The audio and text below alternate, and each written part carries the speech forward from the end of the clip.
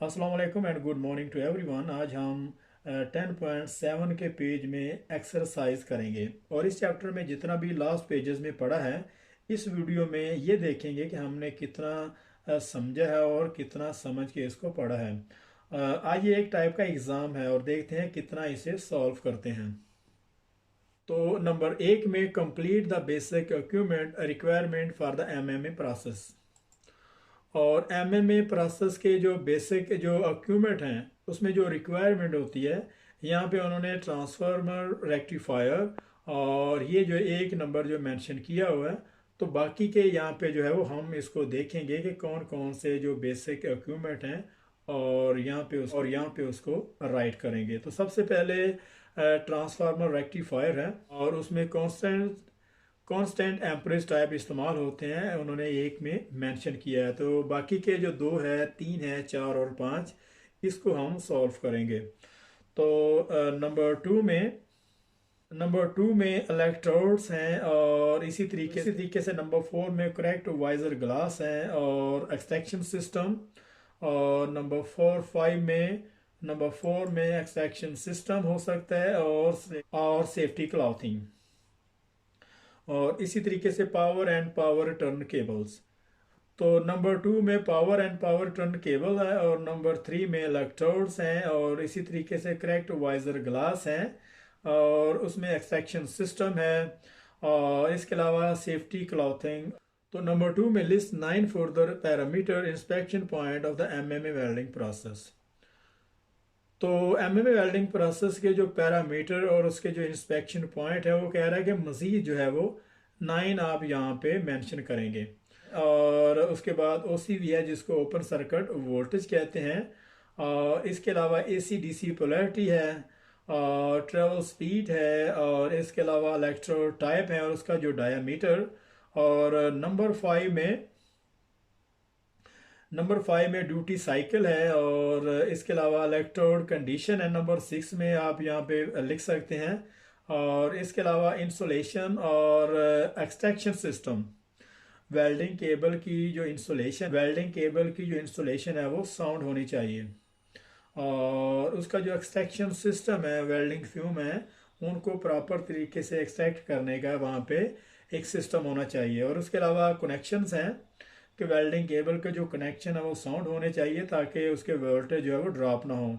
और इसी तरीके से इलेक्ट्रोड की कंडीशंस और उसके अलावा स्पेशल इलेक्ट्रोड और उसकी जो ट्रीटमेंट और जो बेसिक इलेक्ट्रोड है उनकी जो स्पेशल ट्रीटमेंट है। और इसके अलावा नंबर थ्री में यहाँ पे हम list 5 for the typical imperfection that may be found in MMA welds.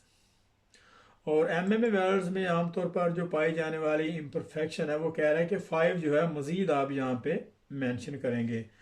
तो सबसे पहले जो वो स्लैग इंक्लूजन है नंबर एक में, तो सबसे पहले स्लैग इंक्लूजन है नंबर एक में। तो ये जो है वो इंटर रन क्लीनिंग अगर प्रॉपर तरीके से नहीं की जाती उस वक्त जो है वो स्लैग इंक्लूजन आ सकती है। तो नंबर टू में प्रोस्टी है, ये डैम्प इलेक्ट्रोड्स जो फ्लक्स में क्रैकिंग है या फिर इलेक्ट्रोड्स की जो कोर वायर है उसमें अगर रस्ट लगा हुआ है तो उस वक्त भी प्रोस्टी आने के चांसेस हो सकते हैं। अगर बेस मेटल को प्रॉपर तरीके से क्लीन नहीं किया तो ये वजह भी बन सकती है। और जो लैक ऑफ रूट फ्यूजन और आर्क पेनिट्रेशन है और लैक ऑफ रूट फ्यूजन और पेनिट्रेशन, तो लैक ऑफ रूट फ्यूजन और पेनिट्रेशन जो है वो अगर एम्पेयर कम हो या फिर रूट गैप जो कम हो, इसके अलावा जो रूट फेस है अगर वो बहुत ज़्यादा है तो उस वक्त ये जो प्रॉब्लम आ सकती है। तो नंबर फोर में यहाँ पे अंडर कट है या आर्क स्ट्राइक है और इसके अलावा H2 क्रैकिंग इलेक्ट्रो ट्रीटमेंट। और इसके अलावा हाइड्रोजन क्रैकिंग आ सकती है अगर हमारे जो इलेक्ट्रोड्स हैं उनको प्रॉपर तरीके से बैक नहीं किया तो इसके अलावा नंबर फोर में list to further advantage and disadvantage of the MMA welding process. तो एमएमए वेल्डिंग प्रोसेस के एडवांटेज और डिसएडवांटेज जो हैं वो आप यहाँ पे मसीह यहाँ पे मेंशन करेंगे। तो फील्ड और शॉप यूज़, इसका जो मेन एडवांटेज ये है कि ये फील्ड और साइट पे बहुत से आसानी से इस्तेमाल होने वाला ये वेल्डिंग प्रोसेस है। तो नंबर टू में वेरी पोर्टेबल है, बड़ी आसानी से उसको एक जगह से दूसरी जगह पे शिफ्ट कर सकते हैं। और इसके अलावा नंबर 3 में सिंपल इक्विपमेंट है, ये बिल्कुल सिंपल सा इक्विपमेंट है ना। और इसके अलावा रेंज ऑफ कंज्यूमेबल्स, और इसके जो कंज्यूमेबल की जो रेंज है वो बहुत ज़्यादा वाइड है। और तो इसके अलावा डिसएडवांटेज की बात करते हैं तो नंबर 1 में हाई स्किल फैक्टर इसमें रिक्वायर होता है। जो हमें हाई स्किल जो वेल्डर है वो रिक्वायर होता है इस काम को, इस टास्क को कंप्लीट करने के लिए। और उसके अलावा नंबर 2 में आर्क स्ट्राइक और स्लैग इंक्लूजन। और इसके अलावा जो इसका डिसएडवांटेज ये है कि इसमें आर्क स्ट्राइक और स्लैग इंक्लूजन आने के चांसेस बहुत ज़्यादा होते हैं। जब भी आर्क स्ट्राइक की जाती है, जब नया इलेक्ट्रोड होल्डर में डाला जाता है उसको ऑन करने के लिए, तो उस वक्त उसमें आर्क स्ट्राइक आने के चांसेस होते हैं।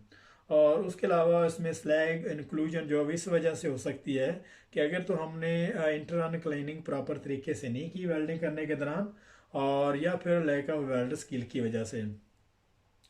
तो नंबर 3 में इसका जो डिसएडवांटेज ये है कि लो ऑपरेटिंग फैक्टर है। और इस वेल्डिंग प्रोसेस में, एमएमए वेल्डिंग प्रोसेस में इसकी जो ऑपरेटिंग, इसके अलावा नंबर 3 में जो इसका जो डिसएडवांटेज ये है कि इसकी लो ऑपरेटिंग कास्ट है, क्योंकि इसकी जो प्रोडक्टिविटी है वो ज़्यादा कम मिलती है। और इसके अलावा हाई लेवल फ्यूम्स हैं, इसमें बहुत ज़्यादा फ्यूम पाए जाते हैं इस वेल्डिंग प्रोसेस में, क्योंकि बेस मेटल, इलेक्ट्रोड्स और फ्लक्सेस वगैरह मेल्ट हो रहे होते हैं। और इसके अलावा हाइड्रोजन कंट्रोल है, इसमें हाइड्रोजन कंट्रोल को करना डिफ़िकल्ट होता है। इसमें जितने भी इलेक्ट्रोड इस्तेमाल होते हैं उनमें आमतौर पर उनमें जो है वो हाइड्रोजन जो है वो पाई जाती है। और इसी वजह से इसमें हाइड्रोजन कंट्रोल करना डिफ़िकल्ट है, और इसमें हाइड्रोजन क्रैकिंग आने के चांसेस बनते हैं। तो यहाँ पे हमारा CCU 3.1 का जो चैप्टर 10 था उसका जो पेज 7 है, लास्ट पेज यहाँ पे ख़त्म हो रहा है। तो नेक्स्ट चैप्टर में हम जो टिग वेल्डिंग प्रोसेस के मुतालिक डिस्कस करेंगे।